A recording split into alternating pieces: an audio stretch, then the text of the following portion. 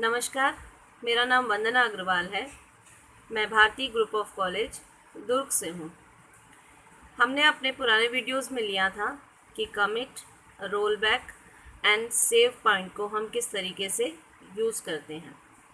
Commit करने पर हमारे DML का जो डेटा है वह परमानेंटली सेव्ड हो जाता है।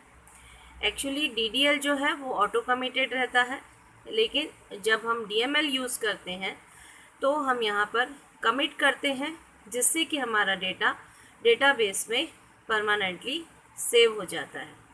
यदि हम रोल बैक करते हैं तो हमारा डेटा जो है DML जो हमने परफॉर्म किया था वह अंडू हो जाता है।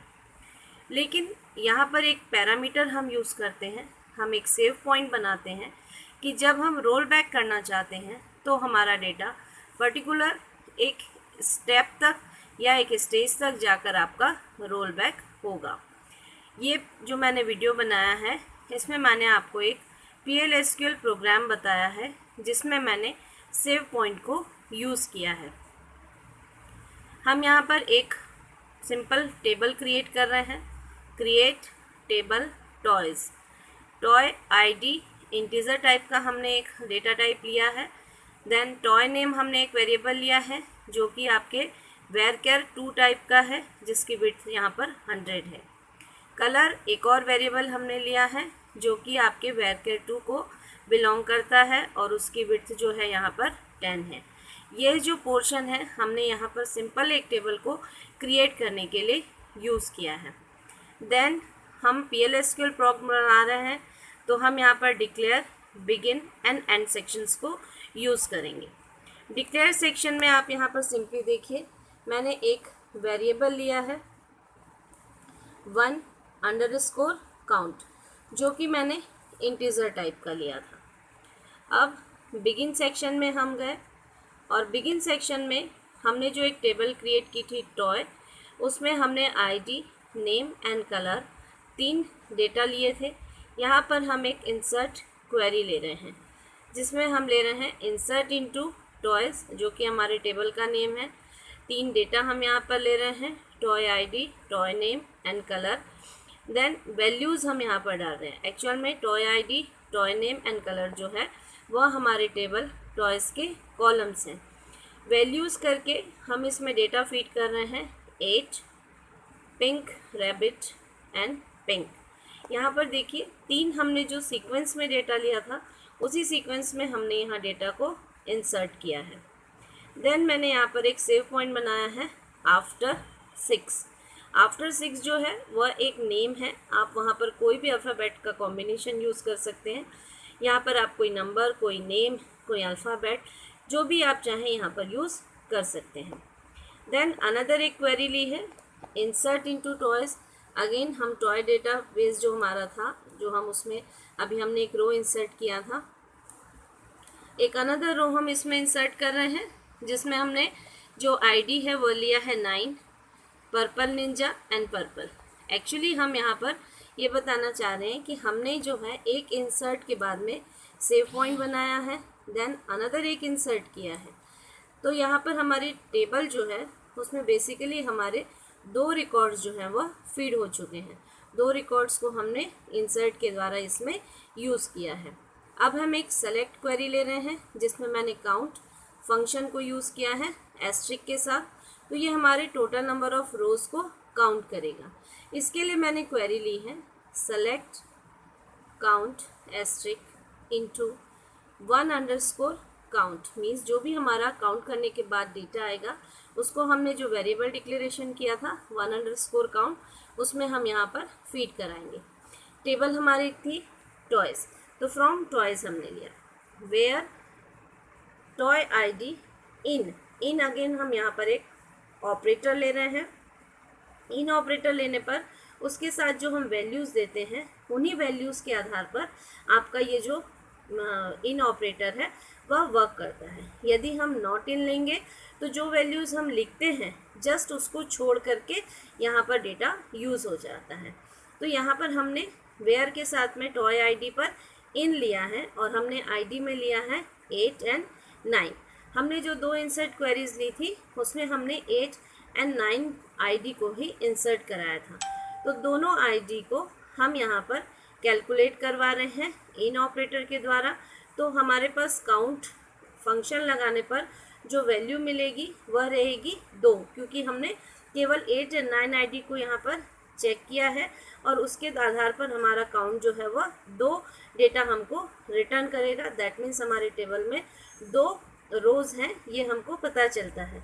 इन 2 जो वैल्यू हमको मिली है इसको हमने किस में फीड करवा लिया है, अपने 1_count में। मीन्स हमारे पास अब 1_count जो है वह जो एक इंटीजर वेरिएबल था उसमें हमारे पास एक वैल्यू आ गई है, दैट इज 2। हम यहाँ पर dbms underscore output dot put underscore line को यूज़ कर रहे हैं और हम यहाँ पर 1_count को डिस्प्ले करवा रहे हैं। तो यहाँ पर देखिए हमारे इस dbms के द्वारा जो 1_count में वैल्यू थी 2 वह डिस्प्ले होगी।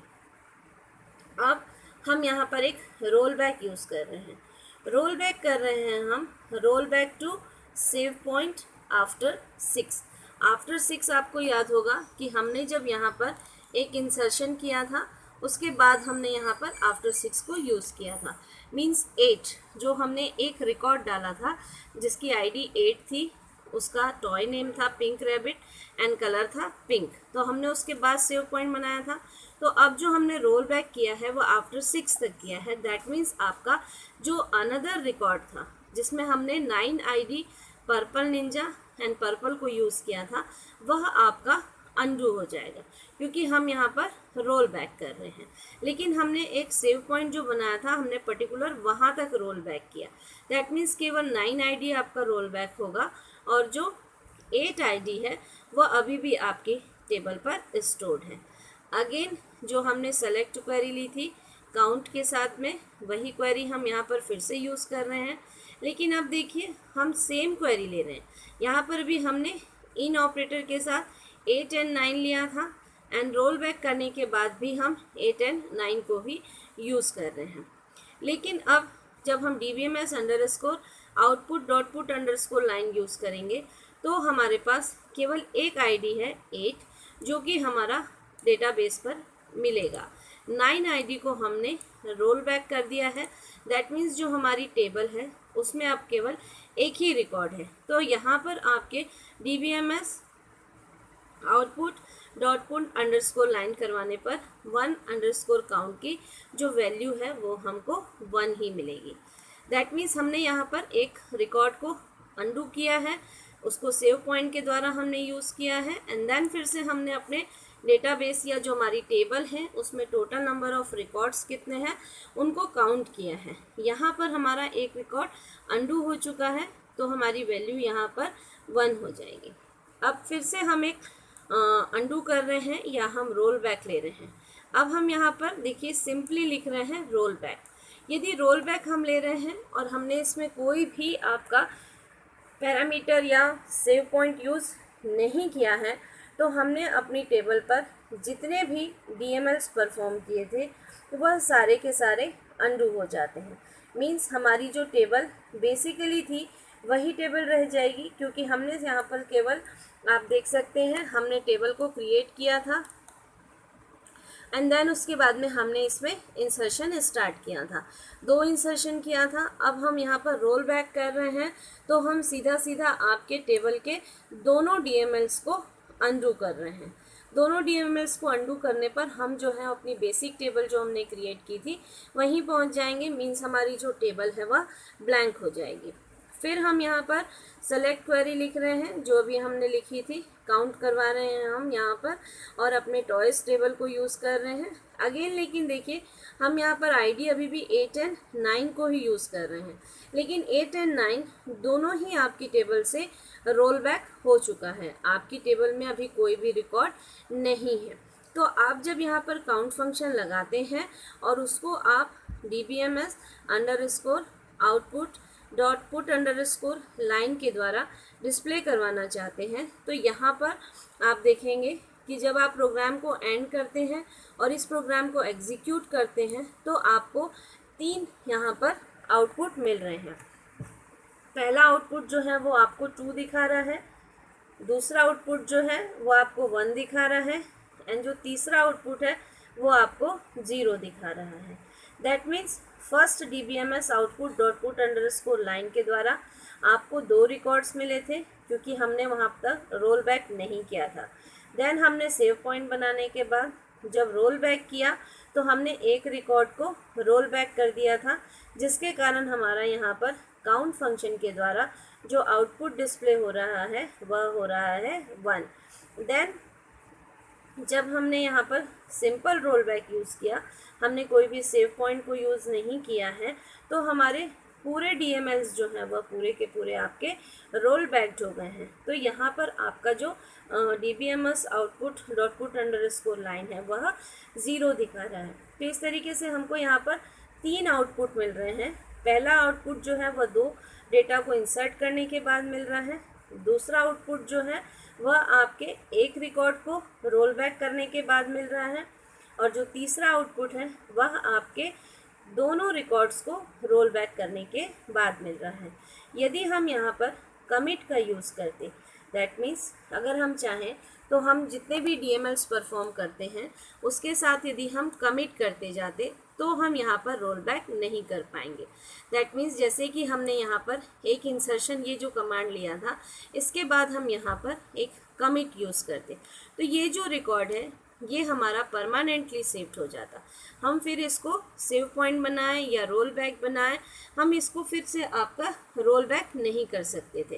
तो जैसे कि हम ये देखें, जैसे हमने सेव पॉइंट यूज़ किया है, हम कमिट यहाँ पर कर सकते हैं, या हम चाहें तो यहाँ पर जहाँ पर हमारा DML परफॉर्म हो रहा है वहाँ पर हमें कमिट करना है, या आपने ये जो सेव पॉइंट बनाया है उसके बाद भी अगर आप यहाँ पर रोल बैक करने के पहले अपने कमिट को यूज़ कर लेते हैं, तो ये ऐसा कोई ज़रूरी नहीं है कि सेलेक्ट क्वेरीज हमने कर ली हैं तो उसके बाद हम कमिट नहीं कर सकते। कमिट आपके प्रोग्राम में केवल DML पर परफॉर्म करता है। तो आपने सेलेक्ट क्वेरी जैसे काउंट किया था, उसके बाद भी अगर आप कमिट कर देते हैं तो आपका डेटा परमानेंटली सेव्ड हो जाता।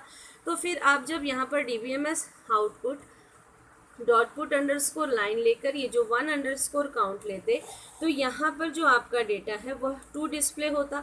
और अगर आप कमिट कर चुके हैं तो रोल बैक करिए, जो कि सेव पॉइंट के साथ में हो या पर्टिकुलर रोल बैक हो, तो भी हमारा डेटा यहाँ पर अंडू नहीं होता, और हमको तीनों आउटपुट, ये जो फर्स्ट हमने लिया था 8 और 9 के साथ, ये वाला हमारा एक आउटपुट था, दूसरा हमारा ये आउटपुट था, एंड तीसरा हमारा ये आउटपुट था। तीनों ही आउटपुट में यदि आपने DML इंसर्ट क्वेरी के बाद में यहाँ पर सबमिट कर दिया होता तो तीनों ही आउटपुट जो है वो आपको यहाँ पर 2 से मिलते, क्योंकि हम यहाँ पर फिर कमिट करने के बाद रोल बैक नहीं कर सकते। हाँ, यदि आपने एक इंसर्शन क्वेरी लिखने के बाद में यदि कमिट किया होता तो आपको यहाँ पर जो आउटपुट है 2 रिकॉर्ड डालने के बाद, यहाँ से 2 रिकॉर्ड डालने के बाद आपको यहाँ से वह 2 प्राप्त होता। देन फिर आप रोल बैक करते, वो आप पर्टिकुलर सेव पॉइंट तक करते, या आप सिंपल रोल बैक करते, तो भी आपको सेकेंड जो आउटपुट है वह 1 मिलता, क्योंकि आप एक डेटा को कमिट कर चुके थे। एंड देन उसके बाद में जब आप ये वाला भी आप यूज़ करते, रोल बैक करते, और देन इसके बाद इस आउटपुट को यूज़ करते, तो आपको 1 मिलता। या आपको यहाँ पर 2 1 1 क्यों मिलता, क्योंकि आप एक रिकॉर्ड को यहाँ पर कमिट कर चुके थे। तो हम यहाँ पर देखते हैं कि जिस भी तरीके से हम अपनी टेबल बनाते हैं, टेबल में हम यदि इंसर्शन करते हैं, ज़रूरी नहीं है कि इंसर्शन की हम बात करें, यहाँ पर हम इंसर्ट, अपडेट, डिलीट, या हम अपने DML के परफॉर्मेंस की बात करेंगे। तो जब भी हम DML परफॉर्म करते हैं, यदि हमको अपने रिकॉर्ड्स को परमानेंटली सेव करना है तो हम उनको कमिट कर सकते हैं। हाँ, यदि हमको अपने रिकॉर्ड्स को परमानेंटली सेव नहीं करना है, या हमने जो भी अपडेशंस किए थे उनको हम अगेन अपडेट कर सकते हैं, या हम डिलीट कर रहे हैं तो हम चाहेंगे कि वो रिकॉर्ड्स हमारे वापस आ जाएं, तो commit, roll back and save point हमारे लिए बहुत यूज़फुल होता है। यदि हम चाहें कि हमारे पास ये रिकॉर्ड्स परमानेंटली रहें, तो हम उनको, चाहे हम इंसर्ट यूज़ करें, अपडेट यूज़ करें या डिलीट यूज़ करें, हम कमिट कर सकते हैं। और यदि हम चाहते हैं कि हमारे रिकॉर्ड्स में आगे चेंजेस हो सकते हैं या हमको कुछ रिकॉर्ड को रोल बैक करना पड़ सकता है, तो हम यहाँ पर टोटल रोल बैक यूज़ करेंगे या पर्टिकुलर स्टेज तक रोल बैक यूज़ करेंगे। उसके लिए हम यहाँ पर सेव पॉइंट्स बना सकते हैं। तो सेव पॉइंट बनाने पर हमारे पास एक फैसिलिटी हो जाती है कि हमको अपने कितने रिकॉर्ड्स को परमानेंटली सेव करना है या कितने रिकॉर्ड्स को हमको यहाँ पर अनडू करना है। तो अनडू करने के लिए हमारे पास एक बेसिक फैसिलिटी है जिसको हम सेव पॉइंट के द्वारा यूज़ कर सकते हैं। लेकिन save point and roll back जो आप यूज़ कर रहे हैं, मीन्स जो सेव पॉइंट है वो रोल बैक के लिए ही यूज़ होता है। लेकिन यदि हम अपने रिकॉर्ड्स को कमिट कर देते हैं तो फिर हम उनको रोल बैक नहीं कर पाते हैं। फिर हमको रोल बैक करने के लिए उन रिकॉर्ड्स के ऊपर फिर से डीएमएल परफॉर्म करना पड़ता है। मीन्स या तो आपको अगर इंसर्टेड डेटा है तो आपको उसको डिलीट करना पड़ेगा, अपडेटेड डेटा है तो अगेन उसको आपको अपडेट करना पड़ेगा, या आपका डेटा डिलीट हो चुका है तो आपको फिर से उसको इंसर्ट करना पड़ेगा। तो हमको देखना है कि हमारी नीड क्या है, हम अपने डेटाबेस को किस तरीके से मेंटेन करना चाहते हैं, उसके आधार पर हम commit, roll back and save point को यूज़ करते हैं। Thank you.